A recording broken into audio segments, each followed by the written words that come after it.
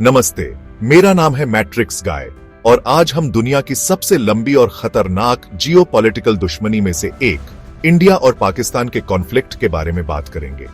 आज को समझने के लिए हमें 1947 में वापस जाना होगा, वो साल जब इंडियन सबकॉन्टिनेंट में बहुत बड़ा बदलाव आया था। लगभग 200 साल के राज के बाद ब्रिटिश राज खत्म हुआ, लेकिन इसके जाने से दो नए देश बने, इंडिया एक सेक्युलर रिपब्लिक जहां हिंदू मेजॉरिटी थी, और पाकिस्तान जिसे सबकॉन्टिनेंट के मुस्लिम्स के लिए होमलैंड के तौर पर बनाया गया था। धर्म के आधार पर हुआ यह पार्टीशन एक बहुत बड़ी तबाही थी, जिसमें लाखों लोग बेघर हुए और बड़े पैमाने पर कम्युनल वायलेंस भड़क उठी।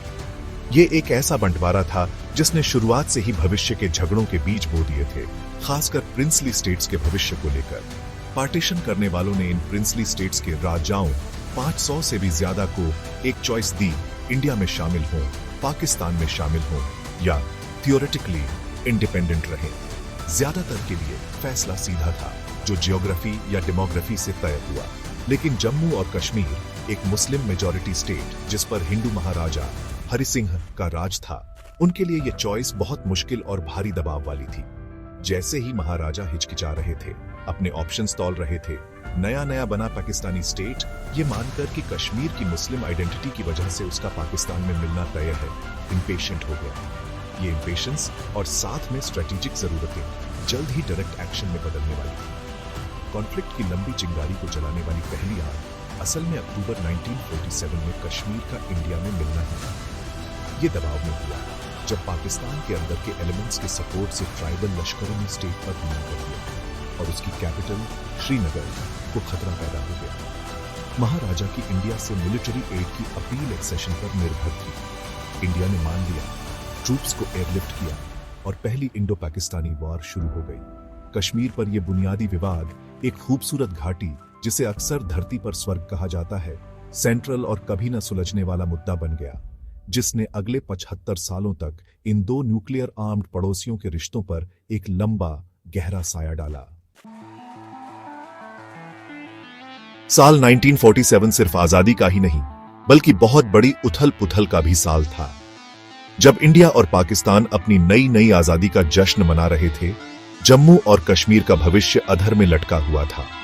महाराजा हरि सिंह, इस मुस्लिम मेजॉरिटी रियासत के हिंदू शासक, खुद को एक चौराहे पर पा रहे थे।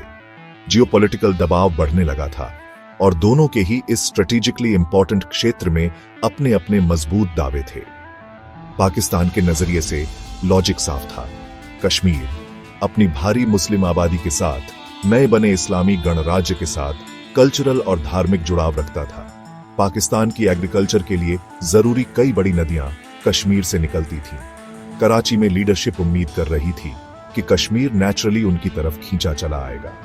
अक्टूबर 1947 में हथियारबंद पश्तून कबायलियों ने कश्मीर में हमला बोल दिया। उनका आगे बढ़ना तेज और क्रूर था, जिसमें लूटपाट और हिंसा हुई। महाराजा की कमजोर स्टेट फोर्सेस जल्द ही हार गई और उनके राज्य का अस्तित्व ही खत्म होने की कगार पर लग रहा था। श्रीनगर के पतन और अपनी अथॉरिटी के खत्म होने के खतरे को देखते हुए महाराजा हरि सिंह ने इंडिया से मिलिट्री असिस्टेंस के लिए फॉर्मल अपील की। लेकिन इस अपील के साथ प्राइम मिनिस्टर जवाहरलाल नेहरू की अगुवाई वाली इंडियन गवर्नमेंट की तरफ से एक जरूरी शर्त थी, कश्मीर को पहले इंडिया में शामिल होना होगा। 26 अक्टूबर 1947 को इंस्ट्रूमेंट ऑफ एक्सेशन पर साइन किए गए, जिससे जम्मू और कश्मीर फॉर्मल तौर पर इंडियन यूनियन का हिस्सा बन गया। इस लीगल कदम ने इंडिया को मिलिट्री कार्रवाई का जस्टिफिकेशन दिया, लेकिन पाकिस्तान ने तुरंत इसकी वैलिडिटी पर सवाल उठाया। इंडिया का जवाब तेज था। कश्मीर में 1949 के सीज फायर से जो मुश्किल भरी शांति बनी थी, वो ज्यादा से ज्यादा एक नाजुक समझौता था। 16 सालों तक लाइन ऑफ कंट्रोल एक तनावपूर्ण सीमा बनी रही, लेकिन सीधे बड़े पैमाने पर मिलिट्री टकराव से बचा गया। हालांकि अंदरूनी शिकायतें, खासकर पाकिस्तान की वो गहरी नाराजगी जो उसे इंडिया द्वारा एक मुस्लिम मेजॉरिटी क्षेत्र पर नाजायज कब्जे के तौर पर महसूस होती थी, वो बढ़ती ही जा रही थी। 1960s के मध्य तक कई फैक्टर्स ने पाकिस्तानी लीडरशिप के कुछ लोगों को, खास तौर पर फॉरेन मिनिस्टर जुल्फिकार अली भुट्टो और आर्मी चीफ जनरल मूसा खान को यकीन दिला दिया कि इंडिया से कश्मीर छीनने की एक और कोशिश करने का सही समय आ गया है। पाकिस्तान की कैलकुलेशंस को इन्फ्लुएंस करने वाला एक बड़ा फैक्टर 1962 के सीनो इंडियन वॉर में हार के बाद इंडिया की मानी जा रही मिलिट्री कमजोरी थी। पाकिस्तान का मानना था कि इस कॉन्फ्लिक्ट ने इंडियन मिलिट्री की तैयारी और मोराल में कमजोरियों को उजागर कर दिया था। इसके अलावा इंडिया 1964 में अपने पहले प्राइम मिनिस्टर जवाहरलाल नेहरू की मौत के बाद पॉलिटिकल बदलाव के दौर से गुजर रहा था।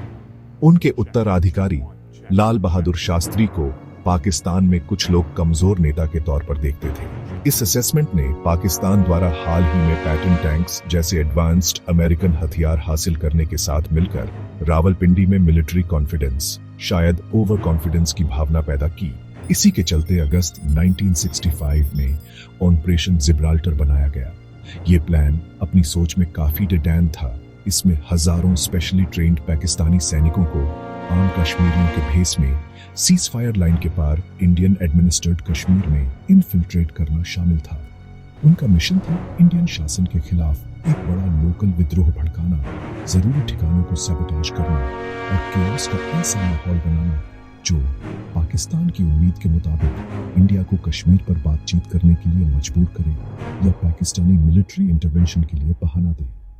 इस ऑपरेशन का नाम स्पेन पर मूरिश हमले के नाम पर रखा गया था, जो इसके सोचे हुए असर का संकेत देता था। ऑपरेशन जिब्राल्टर के पीछे का स्ट्रेटेजिक तर्क कई असम्पशंस पर आधारित था, जिनमें से कई बहुत ज्यादा गलत साबित हुए। 1971 की इंडो पाकिस्तानी वॉर दूसरों से अलग है, क्योंकि इसका मुख्य कारण कश्मीर नहीं बल्कि पाकिस्तान के अंदर, खासकर उसके पूर्वी हिस्से में पनप रहा गहरा इंटरनल क्राइसिस था। ईस्ट पाकिस्तान, जो वेस्ट पाकिस्तान से 1000 मील से ज्यादा इंडियन जमीन से ज्योग्राफिकली अलग था, लंबे समय से गहरी शिकायतें पाले हुए था। ये शिकायतें पॉलिटिकल रूप से हाशिए पर रखे जाने, इकोनॉमिक शोषण और पूर्व में मेजॉरिटी की मातृभाषा बंगाली पर उर्दू को नेशनल लैंग्वेज के तौर पर थोपने से पैदा हुई थी। इस कल्चरल और लिंग्विस्टिक खाई ने भारी इकोनॉमिक असमानताओं के साथ मिलकर एक मजबूत बंगाली नेशनलिस्ट मूवमेंट के लिए उपजाऊ जमीन तैयार की। ब्रेकिंग पॉइंट दिसंबर 1970 के पाकिस्तानी जनरल इलेक्शंस के साथ आया। करिश्माई बंगाली नेता शेख मुजीबुर रहमान के नेतृत्व वाली अवामी लीग ने ईस्ट पाकिस्तान के लिए ज्यादा ऑटोनॉमी के प्लेटफॉर्म पर कैंपेन किया और चुनाव में जबरदस्त जीत हासिल की। नेशनल असेंबली में एब्सोल्यूट मेजॉरिटी हासिल की। इस चुनावी जीत से शेख मुजीब को पाकिस्तान का प्राइम मिनिस्टर बनने का रास्ता साफ हो जाना चाहिए था, लेकिन वेस्ट पाकिस्तान में पॉलिटिकल और मिलिट्री एस्टेब्लिशमेंट, जिसमें पाकिस्तान पीपल्स पार्टी के नेता जुल्फिकार अली भुट्टो जैसे लोग हावी थे, एक ईस्ट पाकिस्तानी नेता को सत्ता सौंपने को तैयार नहीं थे, जिसके एजेंडा को वे देश की इंटेग्रिटी के लिए खतरा मानते थे। शेख मुजीब, भुट्टो और प्रेसिडेंट याहिया खान के बीच बातचीत फेल हो गई। ईस्ट पाकिस्तान में बढ़ते सिविल डिसोबीडियंस मूवमेंट के जवाब में पाकिस्तानी मिलिट्री ने 25 मार्च 1971 की रात को ऑपरेशन सर्चलाइट लॉन्च किया। यह बंगाली नेशनलिस्ट मूवमेंट को कुचलने के मकसद से किया गया एक क्रूर और सिस्टमैटिक क्रैकडाउन था। इसमें आम नागरिकों, बुद्धिजीवियों, स्टूडेंट्स और अवामी लीग समर्थकों की बड़े पैमाने पर हत्याएं, साथ ही हिंदू माइनॉरिटी के खिलाफ टारगेटेड हिंसा शामिल थी। पाकिस्तानी आर्मी और उसके लोकल सहयोगियों द्वारा किए गए अत्याचारों के पैमाने ने दुनिया को झकझोर दिया और एक पूरी तरह से लिबरेशन स्ट्रगल छेड़ दिया। ऑपरेशन सर्चलाइट का फौरन और विनाशकारी नतीजा एक बहुत बड़ा ह्यूमैनिटेरियन क्राइसिस था। लाखों डरे हुए बंगाली रेफ्यूजी, जिनकी संख्या साल के अंत तक लगभग 10 मिलियन होने का अनुमान था, बॉर्डर पार करके पड़ोसी इंडियन स्टेट्स, खासकर वेस्ट बंगाल, त्रिपुरा और असम में आ गए। इस आमद ने इंडिया के रिसोर्सेज और इंफ्रास्ट्रक्चर पर भारी दबाव डाला, जिससे बड़े सोशल और इकोनॉमिक चैलेंजेस पैदा हुए। प्राइम मिनिस्टर इंदिरा गांधी के नेतृत्व में इंडिया ने इंटरनेशनल कम्युनिटी से मदद और पाकिस्तान पर हिंसा रोकने के लिए दबाव डालने की अपील की, लेकिन ग्लोबल रिस्पांस शुरू में धीमा था, खासकर पाकिस्तान के की एलाइज जैसे यूनाइटेड स्टेट्स और चाइना की तरफ से। जैसे जैसे ईस्ट पाकिस्तान में अत्याचार जारी रहे और इंडिया पर रेफ्यूजी का बोझ बढ़ता गया, न्यू दिल्ली ने मुक्ति बाहिनी, बांग्लादेश, बंगालियों की भूमि कि आजादी के लिए लड़ने वाली बंगाली गेरिला आर्मी को खुफिया सपोर्ट देना शुरू कर दिया। इस सपोर्ट में ट्रेनिंग, हथियार और पनाह शामिल थी। इंडिया के इरादे कॉम्प्लेक्स थे। ह्यूमैनिटेरियन चिंताएं निश्चित रूप से एक फैक्टर थीं, लेकिन अपने मुख्य दुश्मन पाकिस्तान को तोड़ने का स्ट्रेटेजिक मौका भी था और इस तरह साउथ एशिया में पावर बैलेंस को अपने हक में निर्णायक रूप से बदलना था। 1971 की वॉर और शिमला समझौते के बाद इंडिया पाकिस्तान संबंध लाइन ऑफ कंट्रोल पर तुलनात्मक रूप से, हालांकि तनावपूर्ण, शांति के दौर में दाखिल हुए। हालांकि दोनों देश एक दूसरे को गहरे शक की नजर से देखते रहे और हथियारों की दौड़, जिसके कारण आखिरकार 1998 में दोनों देशों ने खुले तौर पर अपनी न्यूक्लियर कैपेबिलिटीज घोषित कर दी, जारी रही। हैरानी की बात है कि कारगिल कॉन्फ्लिक्ट एक अहम डिप्लोमैटिक पहल फरवरी 1999 की लाहौर घोषणा के कुछ महीने बाद ही शुरू हुआ, लेकिन शांति की इस पहल ने एक आने वाले तूफान को छिपा रखा था। 1999 की शुरुआती वसंत में पाकिस्तानी आर्मी के रेगुलर्स और मिलिटेंट्स ने इंडियन एडमिनिस्ट्रेटेड कश्मीर के कारगिल जिले में लाइन ऑफ कंट्रोल पार कर गए। वे स्ट्रेटेजिक ऊंचाई वाली चौकियों पर कब्जा कर लिया, जिन्हें इंडियन सैनिकों ने कड़ाके की सर्दियों के महीनों के दौरान खाली कर दिया था। उनका मकसद अहम श्रीनगर लेह हाईवे को काटना था, लद्दाख को बाकी इंडिया से अलग करना था। इंडियन मिलिट्री शुरू में हैरान रह गई थी। घुसपैठ का पता सबसे पहले मई 1999 की शुरुआत में चला, सोफिस्टिकेटेड सर्वेलेंस से नहीं बल्कि लोकल चरवाहों से। जांच के लिए भेजी गई इंडियन आर्मी पेट्रोल्स पर घात लगाकर हमला किया गया, जिसमें कैप्टन सौरभ कालिया और उनके साथियों को पकड़ना और उनकी बेरहमी से हत्या करना शामिल था। जल्द ही यह साफ हो गया कि यह कोई आम मिलिटेंट घुसपैठ नहीं थी, बल्कि एक सुनियोजित, बड़े पैमाने पर मिलिट्री ऑपरेशन था। पाकिस्तानी घुसपैठ के पैमाने और दुस्साहस ने न्यू दिल्ली को झकझोर दिया। इंडिया ने ऑपरेशन विजय लॉन्च करके जवाब दिया। इंडियन आर्मी को एक बेहद चैलेंजिंग काम का सामना करना पड़ा। पाकिस्तानी सेनाएं ऊंची जगहों पर मजबूत ठिकानों में जमी हुई थी। 16,000 से 18,000 फीट की ऊंचाई पर अच्छी तरह से तैनात मशीन गन्स और आर्टिलरी के खिलाफ ऊपर की ओर हमला करना एक डरावना काम था। इलाका खुद एक बड़ा दुश्मन बन गया था।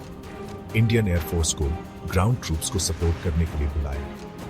यह 1971 के बाद पहली बार था जब आईएएफ का इस्तेमाल गुस्से में ऑफेंसिव भूमिका में किया गया था। आईएएफ पायलट्स ने दुश्मन के बंकर्स और सप्लाई डिपोज पर प्रिसिजन स्ट्राइक्स किए। कारगिल वॉर के बाद शांति का दौर शुरू नहीं हुआ। पाकिस्तान बेस्ड मिलिटेंट ग्रुप्स द्वारा इंडियन जमीन को टारगेट करते हुए क्रॉस बॉर्डर टेररिज्म में खासी बढ़ोतरी हुई। इंडिया ने इन ग्रुप्स को पाकिस्तान की इंटेलिजेंस एजेंसी आईएसआई से जोड़ने वाले सबूत पेश किए। इस दौर में कई विनाशकारी हमले हुए, जिन्होंने बार बार दो न्यूक्लियर आर्म्ड पड़ोसियों को वॉर के कगार पर ला खड़ा किया। 13 दिसंबर 2001 को भारी हथियारों से लैस टेररिस्ट्स ने न्यू दिल्ली में इंडियन पार्लियामेंट कॉम्प्लेक्स पर धावा बोला। गोलीबारी में 9 सिक्योरिटी पर्सनल और पार्लियामेंट्री स्टाफ के साथ साथ 5 टेररिस्ट्स मारे गए। इंडिया ने इस हमले की साजिश रचने के लिए Pakistan based militant groups Lashkar-e-Taiba और जैश-ए-मोहम्मद को जिम्मेदार ठहराया। इस हमले ने ऑपरेशन पराक्रम को जन्म दिया, जिसमें लाखों इंडियन सैनिकों को बॉर्डर पर तैनात किया गया। पार्लियामेंट हमले पर इंडिया का जवाब मल्टी प्रोंग्ड स्ट्रेटजी वाला था। न्यू दिल्ली ने पाकिस्तान को अलग थलग करने के लिए एक ग्लोबल कैंपेन शुरू किया। ऑपरेशन पराक्रम ने इंडिया की एस्केलेट करने की तैयारी का संकेत दिया। हालांकि इंटरनेशनल डिप्लोमेसी के जरिए वॉर टल गई। पाकिस्तान ने कुछ मिलिटेंट संगठनों पर बैन लगा दिया, हालांकि इंडिया इन उपायों की ईमानदारी पर शक करता रहा। 26 नवंबर 2008 को मुंबई पर हुए कोऑर्डिनेटेड हमलों की सीरीज थी, जिसे 26/11 कहा जाता है। लश्कर-ए-तैयबा के 10 टेररिस्ट समुद्र के रास्ते आकर इंडिया की फाइनेंशियल कैपिटल को लगभग 3 दिनों तक घेरे रहे। हमलों में 166 लोग मारे गए, जिनमें कई फॉरेन नेशनल्स भी शामिल थे। अकेला जिंदा बचा टेररिस्ट अजमल कसाब ने हमलावरों को पाकिस्तान से जोड़ने वाले अहम सबूत दिए। मुंबई हमलों ने पाकिस्तान के खिलाफ व्यापक इंटरनेशनल गुस्सा और निंदा भड़काई। इंडिया ने इंटरसेप्टेड कम्युनिकेशंस और कसाब के कबूलनामे समेत मजबूत सबूतों के साथ पाकिस्तान और इंटरनेशनल कम्युनिटी के साथ डोसिये साझा किए। प्राइम मिनिस्टर मनमोहन सिंह के तहत इंडियन गवर्नमेंट ने स्ट्रेटेजिक संयम का रास्ता चुना। इस जवाब की इंटरनेशनल स्तर पर तारीफ हुई, लेकिन इंडिया के अंदर इस पर जोरदार बहस भी हुई। एक हैरान करने वाले और स्वागत योग्य डेवलपमेंट में फरवरी 2021 में इंडिया और पाकिस्तान के directors general of military operations ने लाइन ऑफ कंट्रोल और दूसरे सेक्टर्स पर सभी सीज फायर समझौतों का सख्ती से पालन करने की जॉइंट कमिटमेंट की घोषणा की। इससे क्रॉस बॉर्डर फायरिंग की घटनाओं में काफी कमी आई है, जिससे इस अस्थिर सीमा पर रहने वाली सिविलियन आबादी को बहुत जरूरी राहत मिली है। यह तुलनात्मक शांति का दौर, जो कई सालों में सबसे लंबा है, एक पॉजिटिव कदम रहा है जो डी एस्केलेशन की संभावना का इशारा करता है, भले ही कॉन्फ्लिक्ट के मूल कारण गहरी जड़ें जमाए हुए हों। हालांकि इस सीज फायर की नाजुकी एक हमेशा बनी रहने वाली चिंता है। सीज फायर के प्रति इस नई कमिटमेंट के बावजूद वो कोर मुद्दे, जिन्होंने 7 दशकों से ज्यादा समय से इंडिया पाकिस्तान संबंधों को परेशान किया है, अब भी बने हुए हैं। कश्मीर का सवाल अनसुलझा है, जो दोनों देशों के लिए नेशनल आइडेंटिटी और स्ट्रेटेजिक हित का एक मजबूत प्रतीक है। क्रॉस बॉर्डर टेररिज्म की चुनौती, हालांकि अभी दबी हुई है, अविश्वास का एक बड़ा सोर्स बनी हुई है। इसके अलावा दोनों तरफ से हार्डलाइन पॉलिटिकल बयानबाजी और हिस्टोरिकल शिकायतें अक्सर तनाव को भड़काती हैं, जिससे लगातार बातचीत और एक सच्ची शांति प्रक्रिया को हासिल करना और बनाए रखना बेहद मुश्किल हो जाता है। स्थायी शांति का रास्ता रुकावटों से भरा है। इंडिया पाकिस्तान संबंधों का इतिहास कॉन्फ्लिक्ट, चूके हुए मौकों और गहरे बसे शक का एक उदास ब्यौरा है। फिर भी दोनों देशों के लोग गहरे कल्चरल, लिंग्विस्टिक और हिस्टोरिकल रिश्ते साझा करते हैं।